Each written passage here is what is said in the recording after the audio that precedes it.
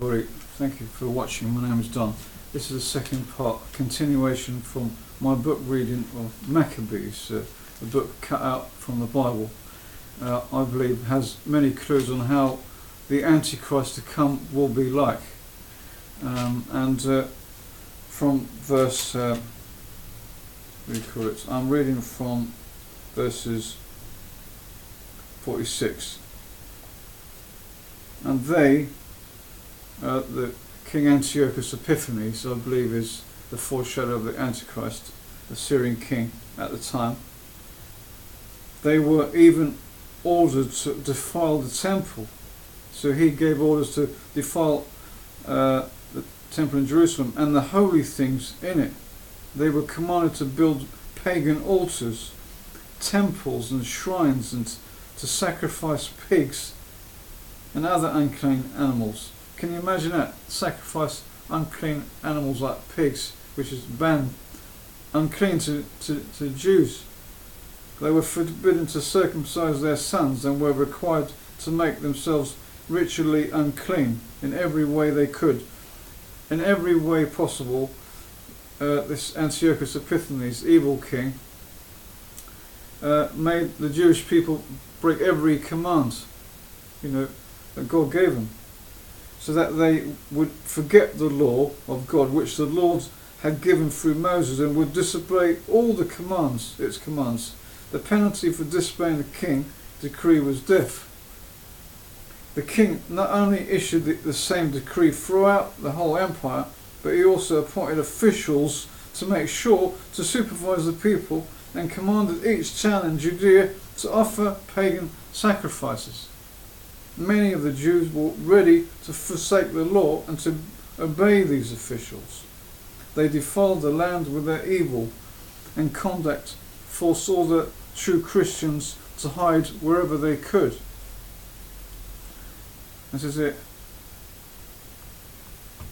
The worst thing of all, Antiochus Epiphanes did, on the 15th day of the month in Kislev, in the year 145, King Antiochus set up the awful horror, or the abomination, as it were, the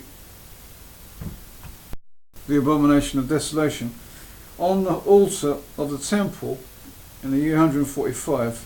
Can you imagine it? He put this awful horror on the altar of the temple, and pagan altars were built in the towns throughout Judea. Basically, he put a pagan statue of Zeus.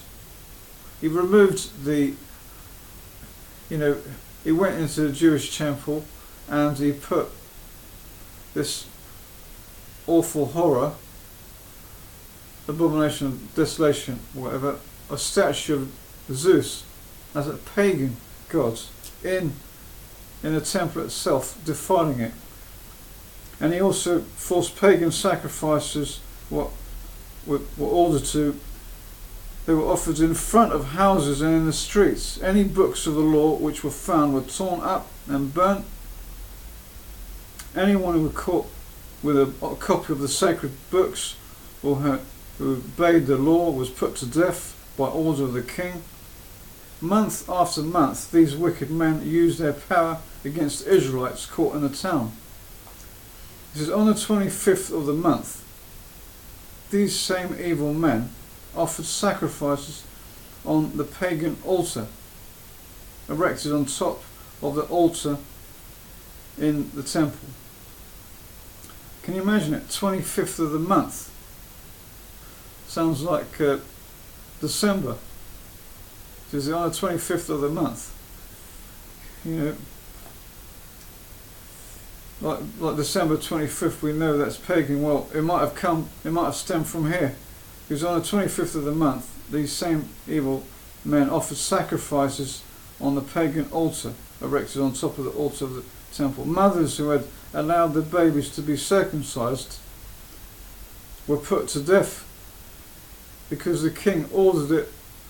Any child circumcised, no child should be circumcised.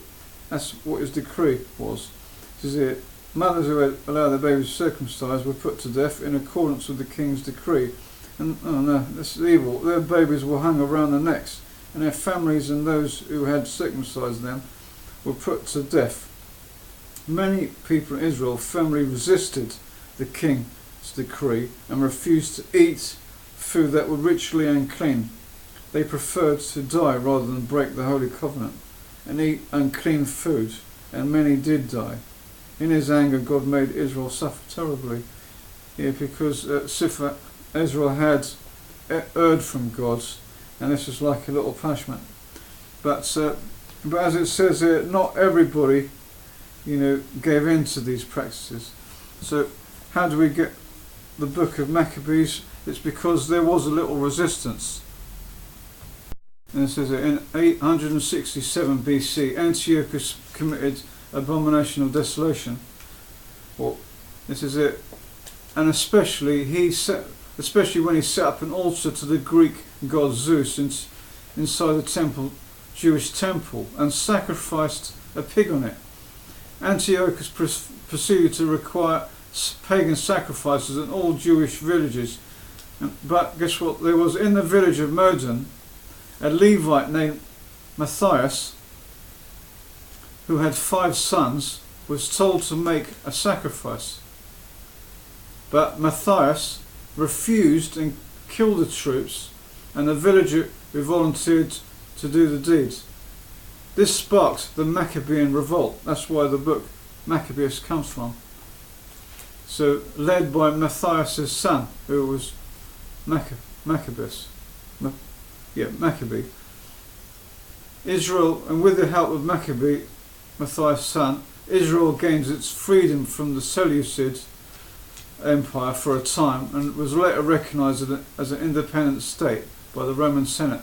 The years that the Jews were led by Matthias' descendants were called the Maccabean or Hasmonean period.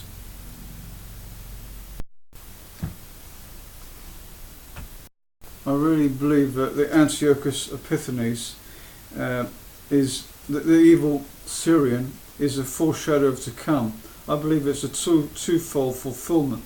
This is what he's going to be like when he attacks Israel. For instance, whatever he did, that he will do. He stopped sacrifices, this Antiochus of Epiphanes. Do you remember in Maccabees it said he stopped sacrifices and burnt offerings? Well, he's going to do that midway. That's what it predicts in the Bible, in Daniel. He stole all the gold and the silver from the temple, all the utensils, all the sacred utensils he stole, tore down all the walls, he forced the pagan religion, and that's exactly what he's going to do. He forced them to do idol worship, sacrificed pig on the altar, which is unclean, all type of unclean animals. He stopped circumcision and also treated the Sabbath and all festival days as a normal working day. And anyone that broke the law, and he murdered. So, but that not only that, he set up the abomination of desolation. But the abomination of desolation is really in 2 parts. What that meant is he put an idol, of that statue Zeus in the temple, but also the abomination of desolation was also the pagan army of the Antichrist standing on the holy mountain.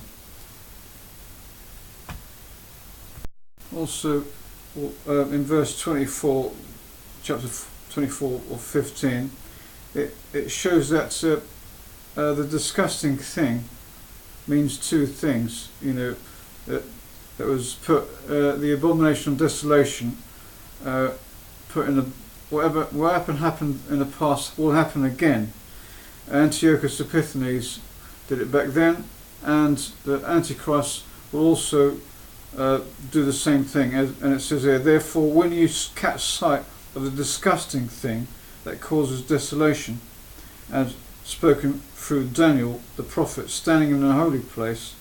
Let the reader use discernment, and then let those in Judea begin fleeing to the mountains.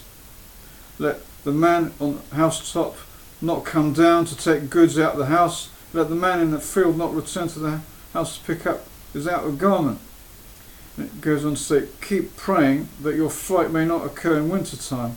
And to prove it's a future event, it says here, for then there will be great tribulation, such as not occurred since the world beginning until now, nor will occur again. It's twofold. And he says, when you catch sight of the disgusting thing that causes desolation, and if you in verse, what do you call it, verses 20 of Luke 21 gives a clue of what that disgusting thing is. Furthermore, when you see Jerusalem surrounded by encamped armies, then know that the desolation of her has drawn near. Then let those in Judea begin fleeing to the mountains, and let those in the midst of her withdraw.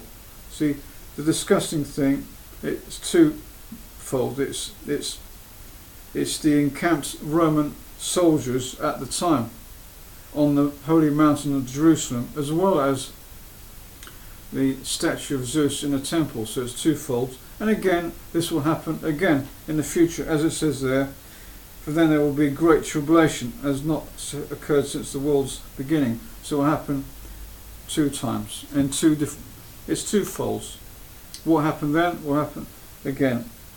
And maybe also it will give us, also being a Syrian, Antiochus of Epiphanes, he rules Syria, maybe that's a clue to where he will come from, the Antichrist, in that area, the past Syrian empire, which I dealt with before.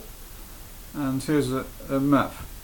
So could the Antichrist, the Syrian, come from the once Assyrian Empire, which was which is Turkey today, or Iraq, which covers Turkey, Iraq, Iran, part of Saudi Arabia, Jordan, Egypt, all them areas there,